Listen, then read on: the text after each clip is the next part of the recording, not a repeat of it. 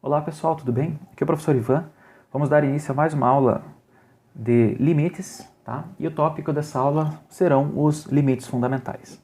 O que são esses limites fundamentais? Tá? Eles são limites que geram algumas indeterminações, né? Por exemplo, determinações do tipo 0 sobre 0, determinações do tipo 1 sobre infinito, 1 elevado a infinito, ou infinito elevado a zero, tá?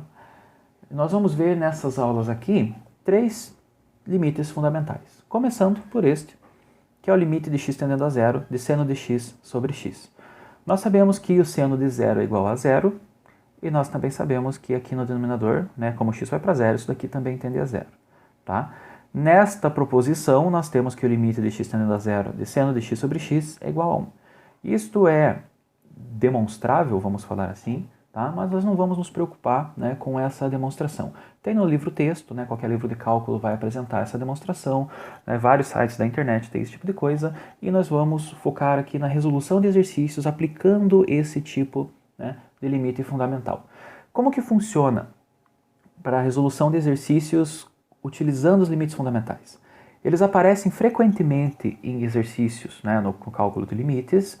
Então nós vamos procurar fazer o quê?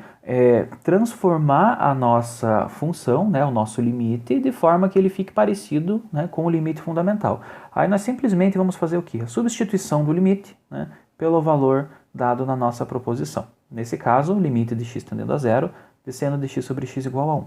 Beleza? Vamos começar com os exemplos. No nosso primeiro caso aqui, o exemplo de número 1, vamos pegar uma função bem parecida ali, limite de x tendendo a zero, seno de 2x sobre x. Tá? Vamos começar com uma coisa bem simples. Ah, professor, por que não pôs isso? Isso aqui já é direto, né? Daí a gente não teria uma resolução. Como eu disse para vocês, a resolução desse tipo de exercício, ela consiste em transformar essa função que está dentro do nosso limite, né, numa função parecida com essa aqui. Nesse caso, nós temos esse 2 aqui no argumento da função trigonométrica, que é seno de 2x. Nós precisamos transformar ele em seno de alguma coisa, né, seno de x. Tá? Nós não vamos usar o x, porque a variável já está aqui. Nós vamos fazer uma substituição de variáveis de forma que fique, por exemplo, seno de u. Para que isso aconteça, nós vamos ter que chamar esse nosso u de 2x. Tá joia? Então aqui, no argumento da função, nós vamos ficar com seno de u. Beleza? Só que eu preciso adequar todo o resto do meu limite para essa troca de variável aqui, que eu chamei o meu 2x de u. Aqui embaixo nós temos um x. Isso quer dizer que, se eu pegar o 2 e passar dividindo, eu vou ter x igual a u sobre 2. Né? Então sabemos que x é igual a u sobre 2, né? E nós também sabemos o seguinte, vamos trocar a variável do limite, né? Aqui nós vamos trabalhar com u agora. Eu vou trocar 2x por u e x por u sobre 2. O limite de x tendendo a zero, o que acontece com u quando o x vai para zero? Se o x vai para zero, vou ficar com 2 vezes zero, u também irá para zero. Então, lá, quando x tende a zero, nós temos que o u também tende a zero. Então, nós fizemos todas as mudanças necessárias para a resolução desse exemplo aqui, tá? Então, aplicando essas alterações, nós vamos ter um novo limite, agora na variável u, que vai para zero, que eu fiz a verificação ali, eu vou ficar com seno de u, que é o nosso 2x, dividido por x, que é u sobre 2. Tá? Vamos fazer uma pequena alteração aqui. Olha, nós temos quase, né, seno de x. Tem esse 2 aqui embaixo. Vocês lembram lá das propriedades da divisão, das razões? Né? O que acontece quando eu tenho uma razão, né, no denominador? Eu passo ela multiplicando, né, desde que eu inverta os dois termos aqui. O numerador passa a ser o denominador e o denominador passa a ser o numerador. Tá? Então nós podemos reescrever isso como limite de u tendendo a zero do que? Seno de u vezes o quê? Aqui era u sobre 2, eu vou escrever 2 sobre u. Mas o u eu vou colocar aqui embaixo. Tá? É a mesma coisa se eu deixar o u embaixo do 2 ou aqui, porque é um produto. Tá certo? Reparem que eu tenho o limite de um produto, né, nós vimos lá nas propriedades dos limites, que é igual ao produto dos limites. Então, eu vou ter o limite de u tendendo a zero desta primeira porção aqui, que é seno de u sobre u, e depois eu vou ter vezes o limite de u tendendo a zero, né, da constante 2. Tá certo? O limite de uma constante é a própria constante, a gente sabe que o limite de 2 vai ser 2, né? E o limite dessa parte seno de u sobre u, com u tendendo a zero, é exatamente isso daqui. Então, nós substituímos pelo 1, que é da nossa proposição. Então, o valor do nosso limite, nesse caso, é igual a 2. Beleza? Vamos fazer um outro exemplo. Um pouquinho mais incrementado, vamos chamar assim. Tá? Nós vamos ter novamente um limite de x tendendo a zero. Na parte de cima nós temos seno de 3x dividido por seno de 4x. Olha só que bacana. Nós temos um seno de 3x na parte de cima e um seno de 4x na parte de baixo. Eu sei que o meu limite fundamental é do formato seno de x sobre x, né? Então, nós vamos fazer o que nesse cálculo aqui? Nós precisaremos inserir, né, o x na parte de baixo, tá? Nós fazemos isso com certa facilidade, né? Quando nós temos uma razão, né, se nós multiplicarmos a parte de cima, o numerador e o denominador, pela mesma coisa, né, nós não alteramos o nosso resultado final, né? Por exemplo, imagine que aqui em cima eu tenho um número, né, sei lá, o número 10, e aqui embaixo eu tenha o número 5. Nós sabemos que 10 divididos por 5 é 2, tá? Agora, eu vou lá pegar o 10 dividido por 5 e eu vou multiplicar por 2, né? Tanto em cima quanto embaixo. Eu vou ficar com 20 dividido por 10, que também é 2. Tá? Então, eu posso multiplicar na parte de cima e a parte de baixo pelo mesmo número. Isso envolve em variáveis também, né? No caso aqui, eu tenho duas opções. Eu posso multiplicar em cima e embaixo por 1 sobre x, dessa forma eu insiro o x no denominador aqui e daqui, e eu fico com dois limites fundamentais para serem transformados nesse limite aqui. E eu tenho a opção de multiplicar em cima e embaixo aqui por 3x e aqui por 4x. Como assim? Né? A primeira opção seria esta em vermelho, 1 sobre x dividido por 1 sobre x. Né? Aí eu ficaria com seno de 3x sobre x, seno de 4x sobre x.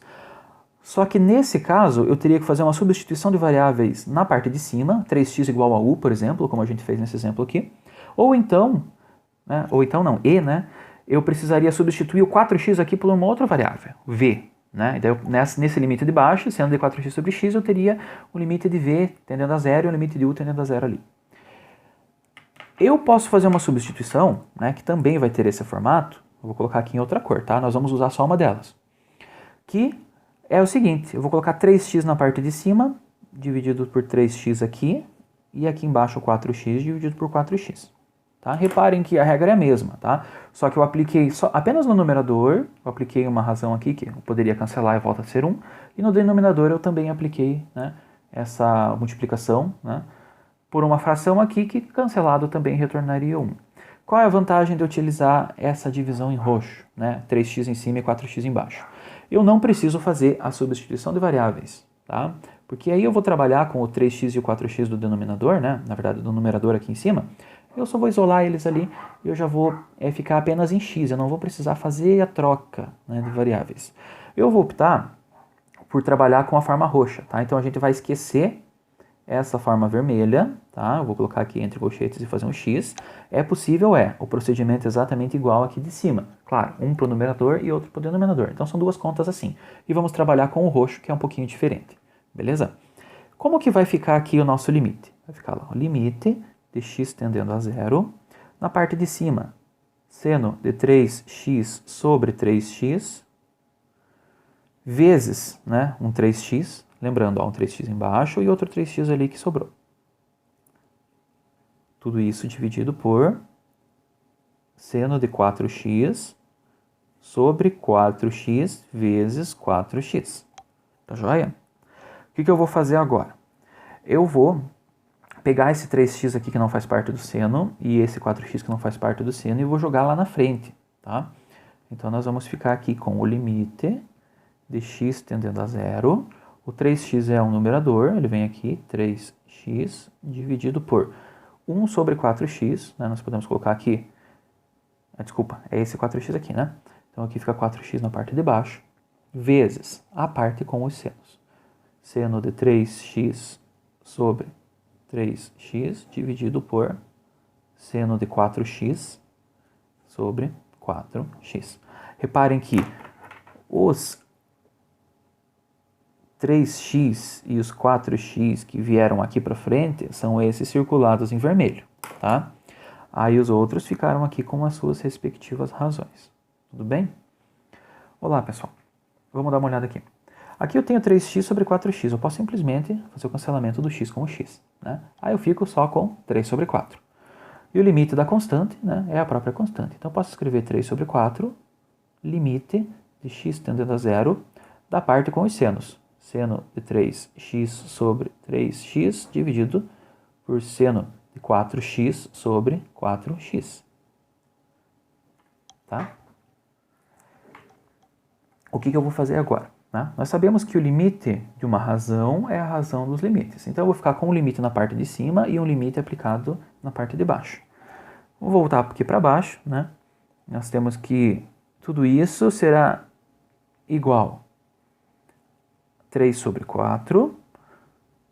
Na parte de cima, limite de x tendendo a zero, de seno de 3x dividido por 3x, tudo isso sobre o limite de x tendendo a zero, do seno de 4x sobre 4x.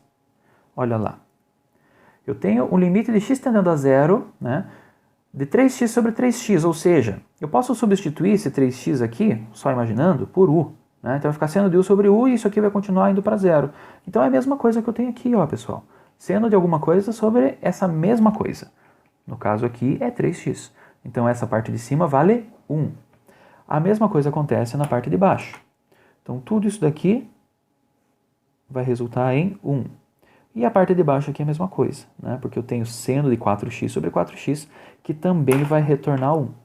Portanto, o resultado do meu limite é apenas a constante inicial 3/4, que ficaria vezes 1 sobre 1, que é o próprio 3/4. Beleza? Então esse foi o limite fundamental de seno de x sobre x, né? E nós vimos aqui dois exemplos, né, aplicando esse limite fundamental. Lembrando que o trabalho aqui envolve nós modificarmos a nossa função, né, na qual nós estamos calculando o limite, para que seja algo parecido com o limite e a gente possa aplicar essa proposição aqui. Beleza? Muito obrigado e até a próxima.